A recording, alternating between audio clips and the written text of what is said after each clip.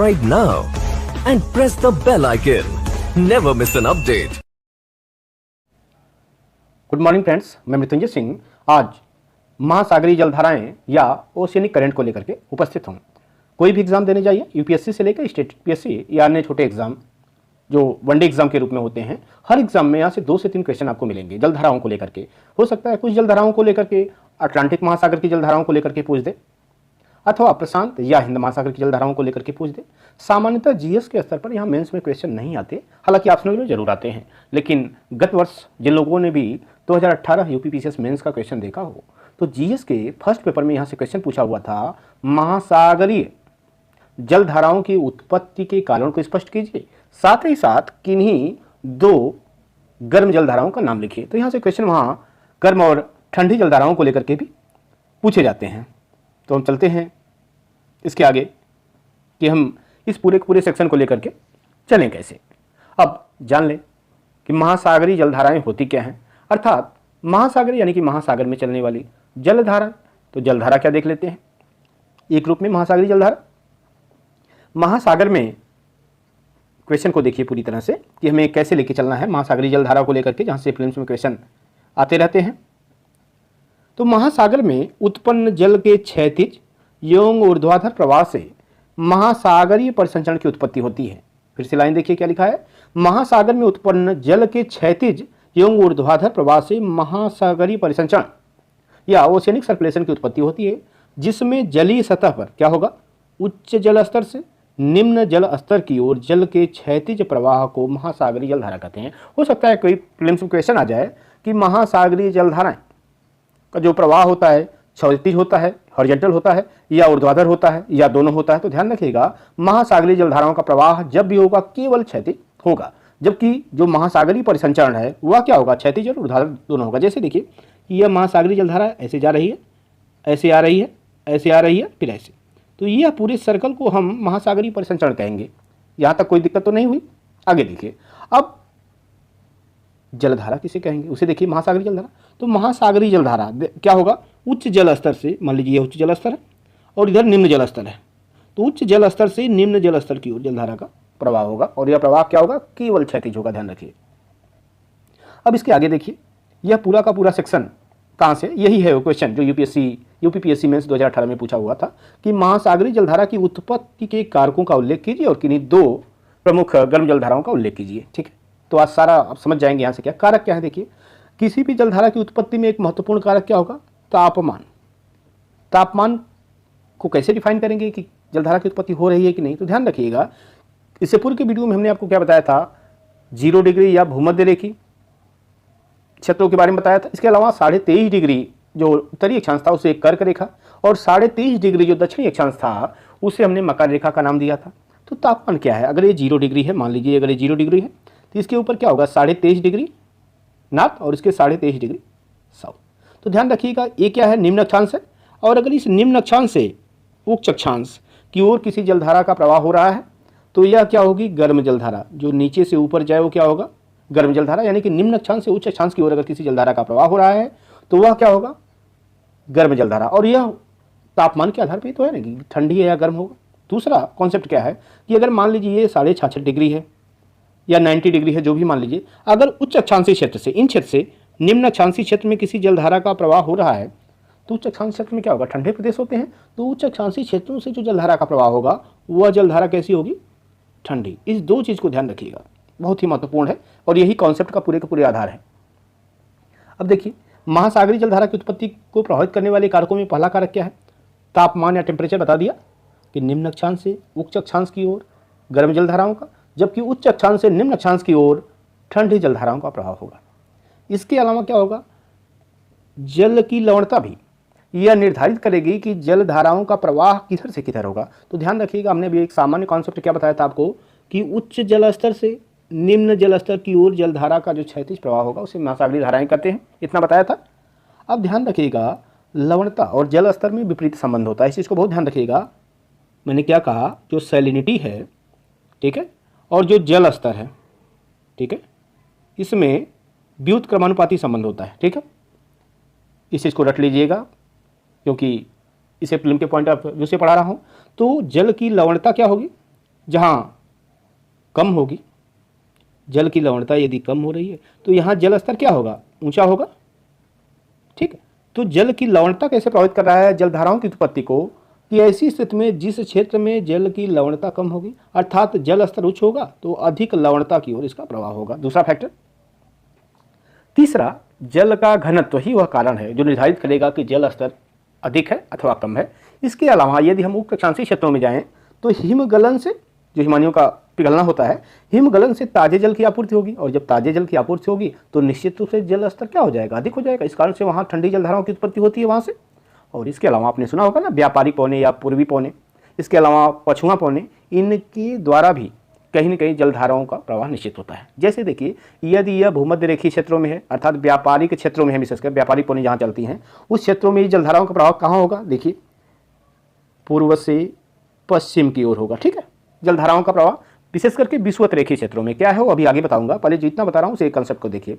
और यदि हम पछुआ पौनों के प्रवाह में जाएं जो मध्य अक्षांशीय क्षेत्र विशेष करके हैं तो वहाँ जलधाराओं का पौनों का प्रभाव क्या होता है, पश्चिम से पूर्व, तो उसका प्रभाव जलधाराओं पर भी बढ़ेगा, पश्चिम से पूर्व की ओर जाएगा। अब इसके आगे आ जाइए। अब हमने देखा जलधाराओं की उत्पत्ति को प्रभावित करने वाले कारकों को हमने देख लिया।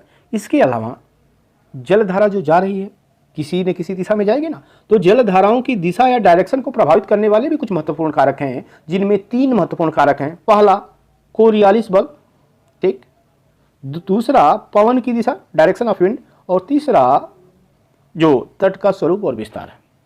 ठीक है, अब वो कैसे होगा देखिए एक एक चीज को। कोरियालिस बल की खासियत क्या है कि अगर ये जलधारा मान लीजिए ऐसे जा रही है और यह मान लीजिए 0 डिग्री है, ठीक है, या भूमध्य रेखा है, तो कोरियालिस बल के प्रभाव के कारण क्या होगा, ये जो धारा होगी वह उत्तरी गोलार्ध में क्लॉकवाइज मुड़ जाएगी, ठीक, और दक्षिणी गोलार्ध में एंटी क्लॉकवाइज मुड़ जाएगी। देख रहे हैं ना। तो अगर भूल जाइए कि क्या है, क्योंकि यहाँ से स्टेट पीएससी में भी कई बार क्वेश्चन आते हैं, कॉन्सेप्ट है। तो कोरियालिस बल, ठीक है, अब कोरियालिस बल को सी से इंडिकेट करेंगे ना, और सामान्यतः हम लोग कहाँ हैं, उत्तरी गोलार्ध में ही, इंडिया में। तो अब कोरियालिस बल के कारण हमें क्या जाना है, क्लॉकवाइज जाना है, ठीक है, उत्तरी गोलार्ध में, ठीक, इस तरह जाएंगे, मुड़ जाएगी जलधाराएं, और दक्षिणी गोलार्ध में जस्ट अपोजिट हो जाएगा, क्या होगा, एंटी क्लॉकवाइज डायरेक्शन हो जाएगा। इस और ध्यान रखिएगा, कई बार क्वेश्चन पूछा है कि कोरियालिस बल पवनों की गति को प्रभावित करता है या दिशा को प्रभावित करता है, तो ध्यान रखिएगा बल क्या है, जो फोर्स है यह सदिश राशि है, ठीक है, और जो सदिश राशि है उसमें दिशा होगी या नहीं, करंटेड होगी। तो कोरियालिस बल क्या करेगा, इसकी दिशा को प्रभावित करेगा। और तट का स्वरूप मान लीजिए कोई जलधारा जा रही है ऐसे और कोई तट मिल गया इस क्षेत्र में, तो यहां से टकरा के इसकी दिशा में भी तो परिवर्तन होगा। अब इसके आगे चलिए, महासागरीय जलधाराओं के प्रकार। हमने क्या कहा अभी तक कि महासागरीय जलधारा क्या है, जल का क्षैतिज प्रवाह है। ध्यान रखिएगा कहीं भी ऊर्ध्वाधर नहीं है। तो जलधाराएं कितने प्रकार की होती हैं इसे जान लीजिएगा। यहां से पीसीएस में क्वेश्चन अभी तक तो नहीं आया, लेकिन इस स्टेटमेंट को लेकर के इनकी गति के आधार पर जो है प्रवाह आईएएस ने क्वेश्चन पूछा हुआ है। तो महासागरीय जलधारा के प्रकार जब हम पढ़ रहे हैं तो बस 3 को ध्यान रखेंगे, पहला ड्रिफ्ट, दूसरा करेंट और तीसरा स्ट्रीम। ध्यान रखिएगा ये जो वर्गीकरण किया गया है गति के आधार पर इनका वर्गीकरण किया गया है, इनका जो वर्गीकरण किया गया है वेग के आधार पर किया गया है, ठीक है, कि ड्रिफ्ट का वेग सबसे कम होगा, उससे ज्यादा वेग करंट का होगा और उससे ज्यादा वेग स्ट्रीम का होगा, और ये लास्ट क्या है उसे बाद में हम देखेंगे। तो आइए ड्रिफ्ट देख लेते हैं क्या है। ड्रिफ्ट क्या है, जैसे ड्रिफ्ट में आपने क्या नाम सुना होगा कि उत्तरी अटलांटिक ड्रिफ्ट नाम सुना होगा ना, अगर थोड़ा भी अगर बेसिक जानकारी हो आपके पास। तो ड्रिफ्ट यानी कि ड्रिफ्ट का नाम जो आए हमें ध्यान रखना है कि पवन जनित, किसका, विंड इसका प्रभाव होता है, पवन जनित जलीय सतह पर उत्पन्न क्षैतिज प्रवाह।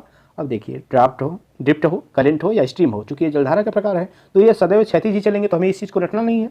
बस जहां भी ड्रिफ्ट आए, जिसका एग्जांपल मैंने क्या बताया, उत्तरी अटलांटिक ड्रिफ्ट, ठीक, तो यह पवन जनित जलीय सतह पर उत्पन्न क्षैतिज प्रवाह है और इसका वेग क्या होगा, अत्यंत कम होगा, और इसकी जो सीमा रेखाएं क्या होंगी, अस्पष्ट होंगी। अब क्या है, ड्रिफ्ट के बाद करंट है। देखिए ड्रिफ्ट में केवल पवन था, लेकिन करंट में क्या होगा, बहुत सारे फैक्टर जुड़ जाएंगे। तो विभिन्न कारकों के सम्मिलित प्रभाव से महासागरीय सतह पर उत्पन्न जल के क्षैतिज प्रवाह को क्या कहते हैं, जलधारा कहते हैं। जैसे करंट आपने सुना होगा, कनारी की धारा या लब्राडोर की धारा, ठीक, इसकी जो इसका वेग होगा यह ड्रिफ्ट से अधिक होगा और स्ट्रीम से कम होगा क्योंकि मिडिल में है। अब उसके बाद आ जाइए स्ट्रीम, एक बहुत चर्चित नाम है गल्फ स्ट्रीम, जहां से लेकर अब तक सर्वाधिक क्वेश्चन पूछे गए हैं कि किस प्रकार की जलधारा और किस महासागर में है, वो आगे भी देखने वाले हैं। तो स्ट्रीम क्या है? जलधारा या करंट से अधिक वेग वाले क्षैतिज प्रवाह को स्ट्रीम कहते हैं, जिनकी सीमाएं सबसे अधिक स्पष्ट होती हैं।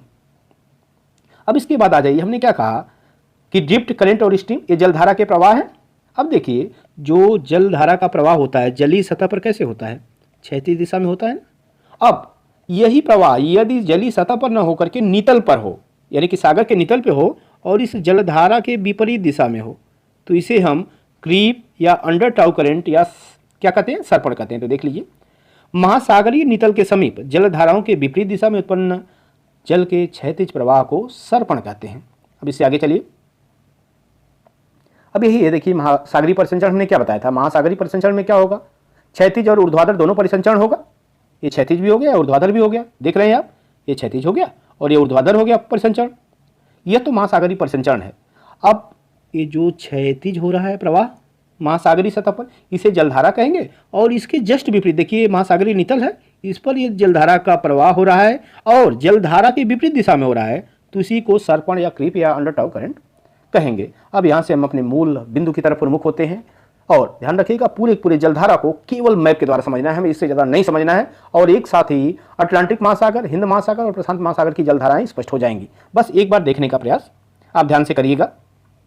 हमने पूर्व के वीडियो में क्या बता दिया था? आपको विषुवत रेखा के बारे में बता दिया था 0 डिग्री, और उसके नॉर्थ में 23.5 डिग्री पर कर्क रेखा बता दिया था, और साउथ में मकर रेखा बता दिया था, इतना बता दिया था। और अभी हमने क्या बताया? तापमान के आधार पर भी जलधाराओं का वितरण होगा। ठीक है, यदि इस निम्न अक्षांश से उच्च अक्षांश की ओर कोई जलधारा जा रही है तो यह गर्म होगी, इतना बता दिया। और इस उच्च अक्षांशीय क्षेत्र से अगर किसी जलधारा का प्रवाह हो रहा है निम्न अक्षांश की ओर, तो ठंडी जलधारा होगी, बता चुका हूं।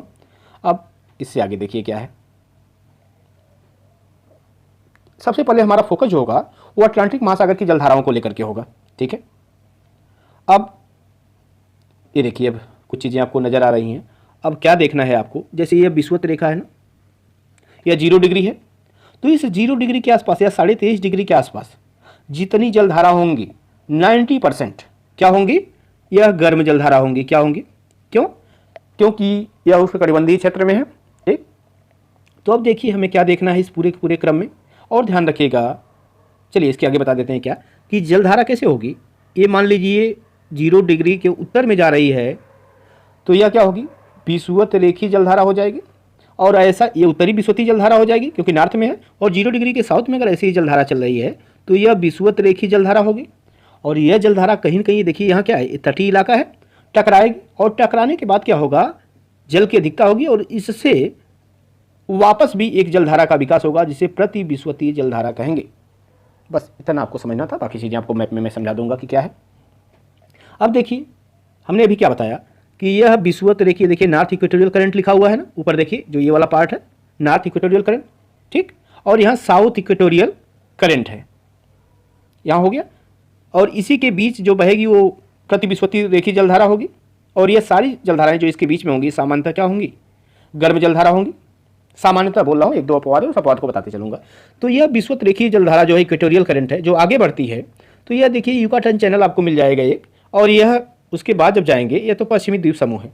अब यह है मैक्सिको की खाड़ी, यहाँ से टकराते हुए यही एक जगह है केप हैट्रस मिलेगा आपको। ये सबकी वे के बगल में केप हैट्रस मिलेगा अमेरिका में, उत्तरी अमेरिका में। ठीक है, अब ये देखिए पूरा लोकेशन को थोड़ा सा स्पष्ट देख लीजिए, ज़्यादा आपको क्लियर हो जाएगा। और मैप सही पढ़ना है तो मैप को ध्यान से देखिएगा। मैंने क्या किया? उत्तरी इक्वेटोरियल करंट, यह आगे जा रही है गल्फ स्ट्रीम, ये आगे जाके मैक्सिको की खाड़ी वाला एरिया है पूरा। इससे आगे यही एक जगह है केप हैट्रस। इसी से टकराने के बाद क्या होता है? गल्फ स्ट्रीम जलधारा की उत्पत्ति हो रही है। अब यह एरिया देखिए क्या है, यह कहीं न कहीं व्यापारिक पवनों का एरिया है ना, तो इसमें हवाओं की देखिए दिशा देखिए क्या है, पूर्व से पश्चिम की ओर आ रही है।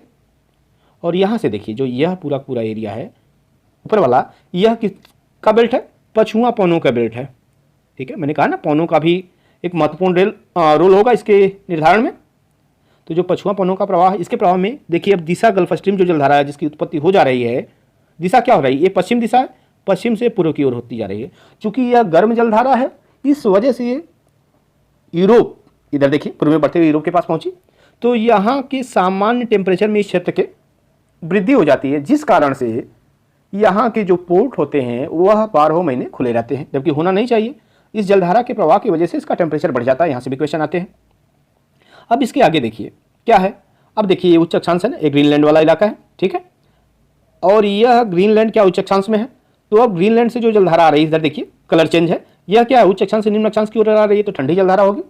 और उसी तरह देखिए लेब्राडोर सागर है, लेब्राडोर सागर से जो साउथ में इधर आ रहा है ये क्या जलधारा होगी, लेब्राडोर जलधारा होगी। ये दोनों ठंडी जलधारा है क्योंकि देखिए इसकी दिशा क्या है, उच्च अक्षांश से निम्न अक्षांश की ओर, ठीक। अब इस पूरे के पूरे क्षेत्र में अब देखिए यह नॉर्वे स्वीडन का तट है जो ये वाला भाग है। तो चूंकि यह जो उत्तरी अटलांटिक ड्रिफ्ट है जिसकी मैं बात कर रहा था, यह पूरा पूरा उत्तरी अटलांटिक ड्रिफ्ट वाला भाग है।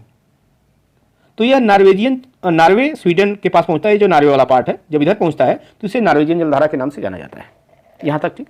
अब इस क्षेत्र में देखिए एक अपवाद आपको दिख रहा होगा, ये वाला देखिए कनारी की जलधारा, यह एक अपवाद हो गया। अपवाद क्यों है कि ये सामान्यतः उष्णकटिबंधीय क्षेत्र में है, बावजूद यह जलधारा कैसी है, ठंडी जलधारा है। अभी सारी चीज़ों को मैं स्पष्ट कर दूंगा, अभी बस लोकेशन देखते जाइए कि क्या है। ठंडी जलधारा आपको मिल गई। अब इसके आगे देखिए कि हमें देखना कैसे है। अभी हमने क्या दिखाया उसे देखिए, उत्तरी हमने क्या दिखाया, उत्तरी विषुवतीय धारा दिखाया, गल्फ स्ट्रीम जलधारा को दिखाया, नॉर्वेजियन जलधारा और उत्तरी अटलांटिक ड्रिफ्ट को दिखा दिया। अभी तक जो भी बोला वो गर्म जलधारा। अब ठंडी जलधारा में देखिए लेब्राडोर की जलधारा, ग्रीनलैंड की धारा और कनारी की धारा। कनारी अपवाद है इसलिए यहाँ ध्यान रखिएगा। अब चलते हैं हम इसके आगे कि आगे हम कैसे चलें इसे लेकर के, तो वह देखिए। अब इसके आगे बढ़िए अब कि ये जो साउथ इक्वेटोरियल करंट थी, देखिए ये जो दक्षिणी विषुवतीय रेखा थी, धारा थी जलधारा, अब यह क्या हो रही है, ये ब्राजीलियन धारा, ये देखिए ब्राज़ील है साउथ अमेरिका का सबसे बड़ा देश, ब्राज़ील के तट से जा रही है इसलिए ये ब्राज़ीलियन धारा है। चूंकि यह निम्न अक्षांश से उच्च अक्षांश की ओर आ रही है इसलिए क्या हो गई, गर्म जलधारा हो गई, ब्राज़ीलियन जलधारा।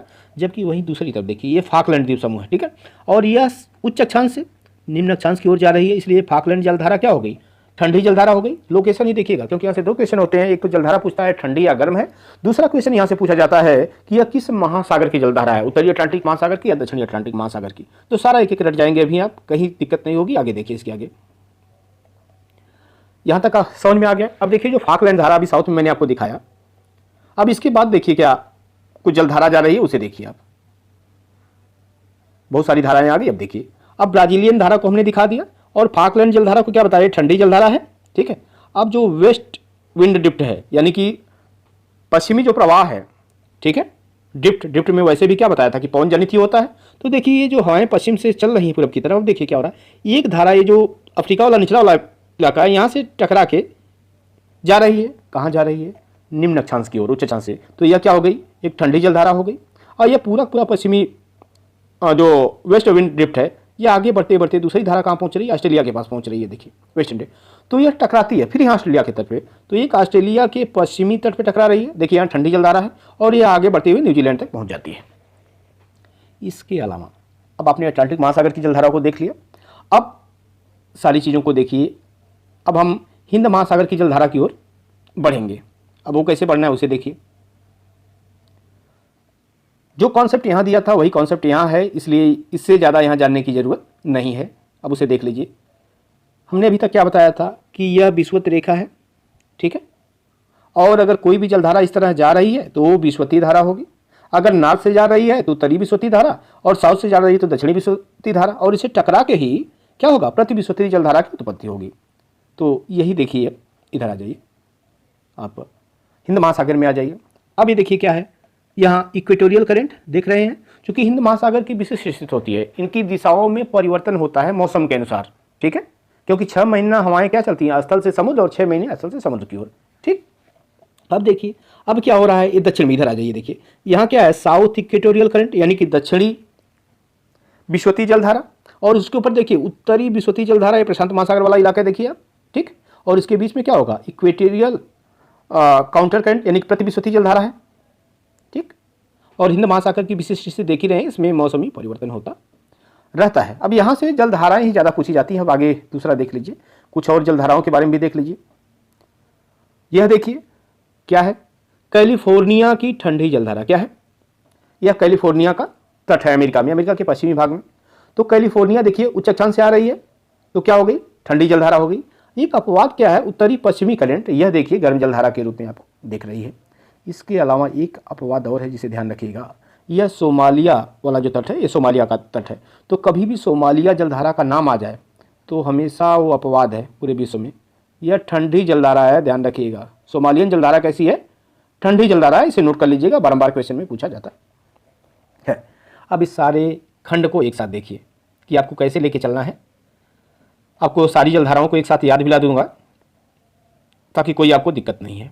और एक जलधारा आपको नजर आ रही होगी, वह जलधारा है हमबोल्ट जलधारा। यहाँ देखिए, उच्च अक्षांश से निम्न अक्षांश की ओर जा रही है हमबोल्ट जलधारा।